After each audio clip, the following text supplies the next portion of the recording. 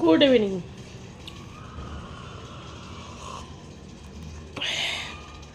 আজকের ভিডিওটা মানে পুরোপুরি ডিফারেন্ট বলতে অনেক দিন থেকে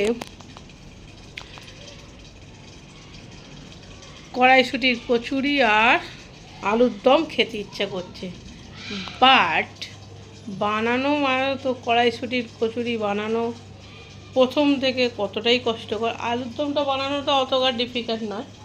তাই আজকে তোমাদের সাথে শেয়ার করছি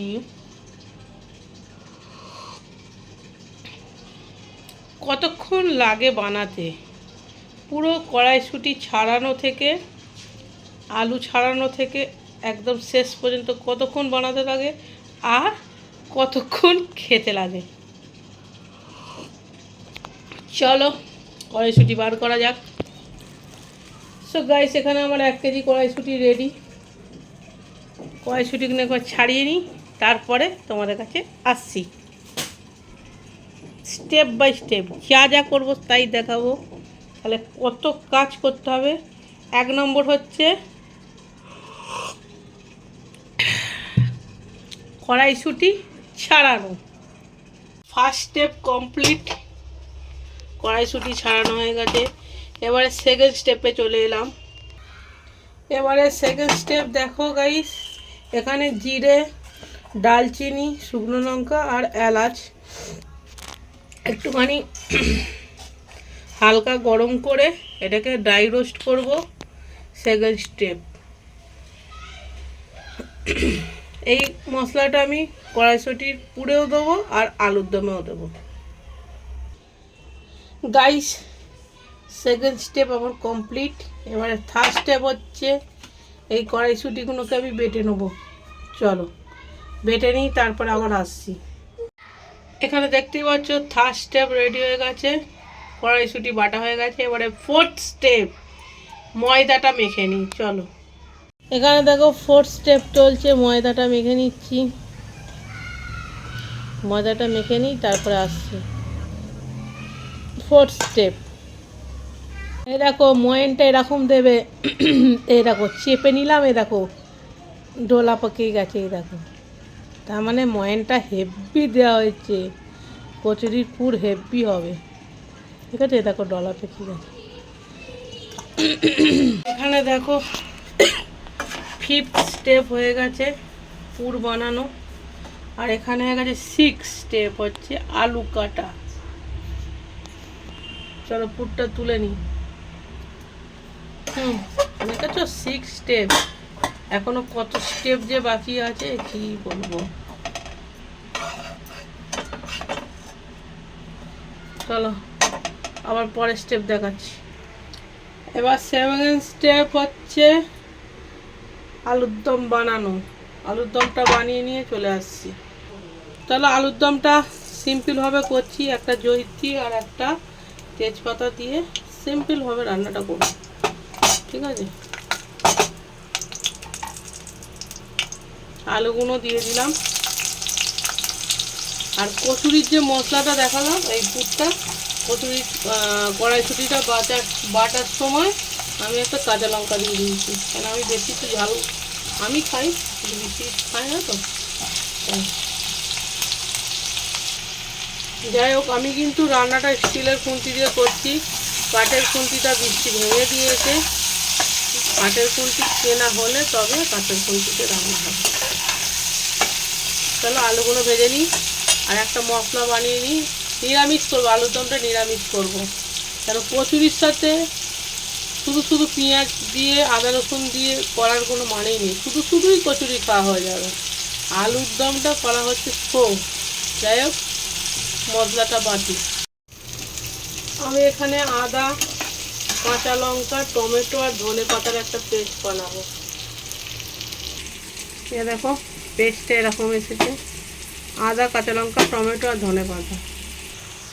এ দেখো একটু ধনে গুঁড়ো আর জিরে গুঁড়ো দিলাম। এবারে ভালো করে একটুখানি জল দিয়ে কষবো।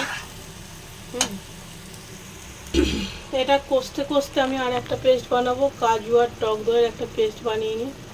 এদিকে তরকারি হচ্ছে হোক, আমি এইদিকে পুরটা বানিয়ে নিই, কেন পুরটা ভরতে হবে, বেলতে হবে, টাইম লাগবে।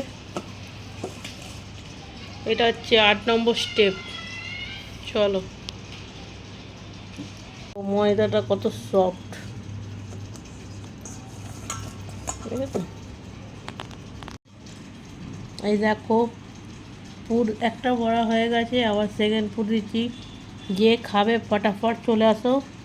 আমি কিন্তু কিপটে পোনার মতন পুর দিচ্ছি না, একদম ভরে ভরে পুর দিচ্ছি। ফটাফট টিকিট কাটো, ট্রেনে উঠে পড়ো, ফটাফট চলে এসো খেতে। এক হাতে হবে না, চলো একটু স্টাইল মারছি, এক হাতে একটু স্টাইল মারছি। না হয়েছে, হয়েছে। চলো বাকিগুলো করে নিই, অনেক রাত্রি হয়ে গেছে। আলুটা দেখো প্রায় সেদ্ধ হয়ে যাওয়ার পরে আমি কাজু আর এটা দিলাম, দইয়ের পেস্টটা। এবারে বাটিটা ধুয়ে একটু জল দেবো,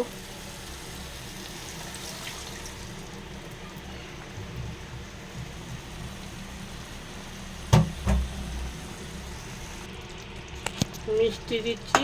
এবারে ফুটে যাক, ফুটে গেলে নামাবার আগে খালি এই মশলাটা খালি দেবো, তাহলে আমার আলুর দম রেডি। মশলাটাও দিয়ে দিয়েছি।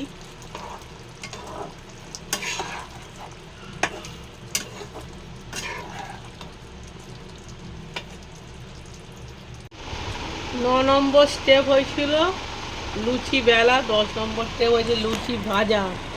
এবার দেখার বিষয় হচ্ছে কত পাচ্ছি, 10-এ কত পাচ্ছি গো? 10-এ কত? না 10-এ 10 হতে পারে, আমি টেস্ট করে বলছি।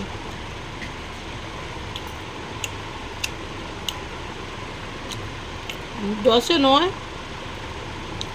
সত্যি খুব সুন্দর খেতে হয়েছে, সত্যি।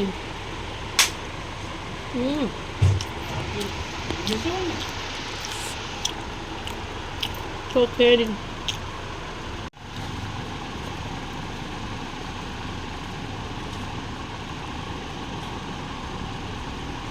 আচ্ছা, পুর কিন্তু একদম ভরে ভরে দেওয়া হয়েছে, বলো কোনো কিপটেপোনা করিনি, ঠিক আছে। পুর নিয়ে কোনো কিপটেপোনা হবে না। দেখো আলু একদম সফট। 10 টাকা পিস, 10 টাকা পিস।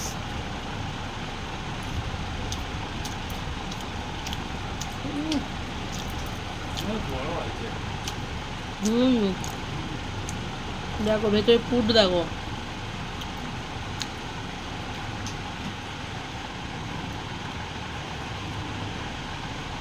আনলিমিটেড আলু, কচুরি 10 টাকা পিস।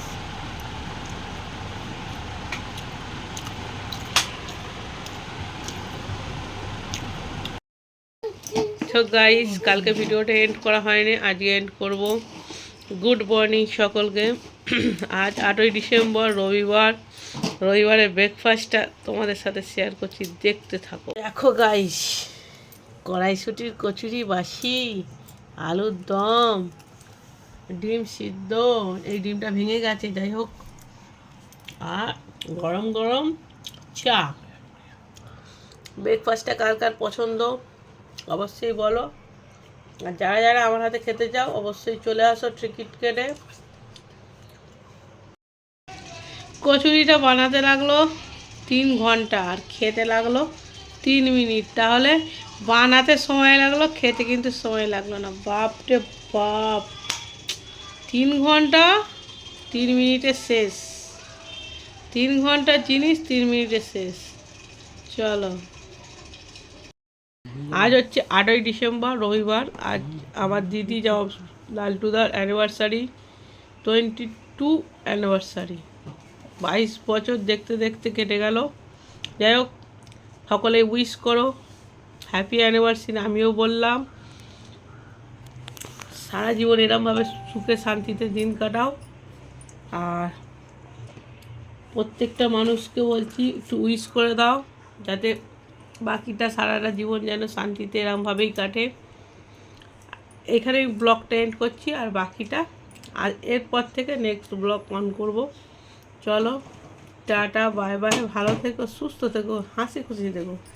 আর আমার দিদি আর লালটুদা हैप्पी एनिवर्सरी। टाटा। आप दोनों को सालगिरह मुबारक।